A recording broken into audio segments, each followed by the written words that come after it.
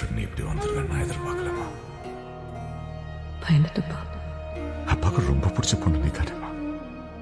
இவ்வளவு பெரிய முடிவை எனக்கு கேட்காம எடுப்பேன் நான் தாலாட்டு பாட சொல் தருமோ நம் உறவுகளே. சின்ன வயசுல நீங்க என் கையை பிடிச்சி ஸ்கூலுக்கு கூட்டிட்டு போன மாதிரி பாப்பாவையும் கூட்டிட்டு போகணும்பா. பேரின்ப வாழ்வும் வேறெதுவோ. இந்த 2 வருஷத்துல சுமதியில் சந்தோஷமா இருந்த நான் பார்த்ததில்ல. என்ன இருந்தாலும் அப்பா கூட இருக்கிற சந்தோஷமும் தைரியமும் வேற தானே. அப்பா இப்பெல்லாம் ரொம்ப கோவப்படுறாரா? ஆமாடி, பிள்ளைங்க எல்லாம் அவங்க இஷ்டத்துக்கு பண்ணிட்டு இருந்தா ஊர்ல தலை குனிஞ்சு நிக்கிறது யாரு? அப்ப என்னால அப்பா இப்படி ஆயிட்டாருங்கிறியா? ஆமா. கொஞ்சம் அந்த பெட் மேல இருக்கிற என் போனை கொண்டு வாங்க. உனக்கு தேவை நீயே போய் எடுத்துக்கோ. உனக்கு என்ன நான் வேலைக்காரனா? ஸ்ரீ ரொம்ப மாறிட்டாராங்க. பொண்ணு மட்டும் எங்களுக்கு வருத்தம். வேற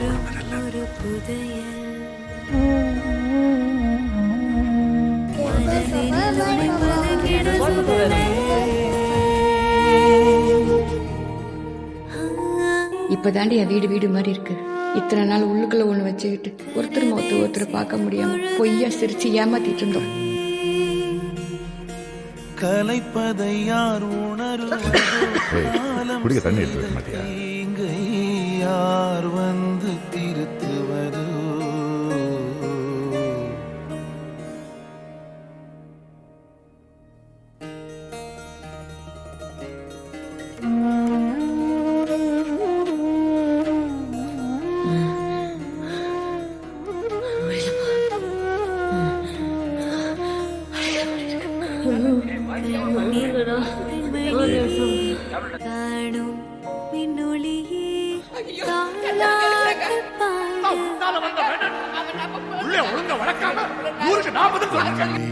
பொன்மணியே என்னருஞ்சுமையே பேரின்ப வாழ்வும் வேறெதுவோ இப்பிறவியிலே.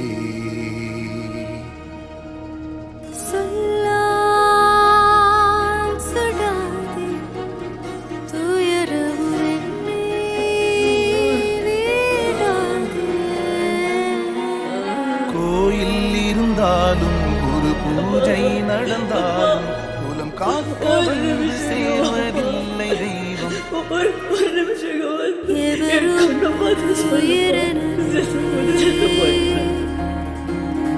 உணர்ந்தால் பகை வளர்ந்திடுமோ?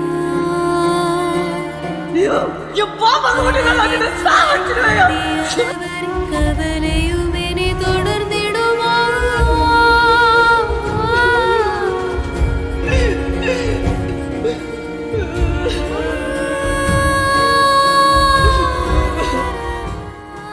சொந்த பொண்ணுக்கு எப்படி பண்ணிட்டு எப்படி நாமளா இருப்பப்பா? எப்படி தூங்குவ நீ?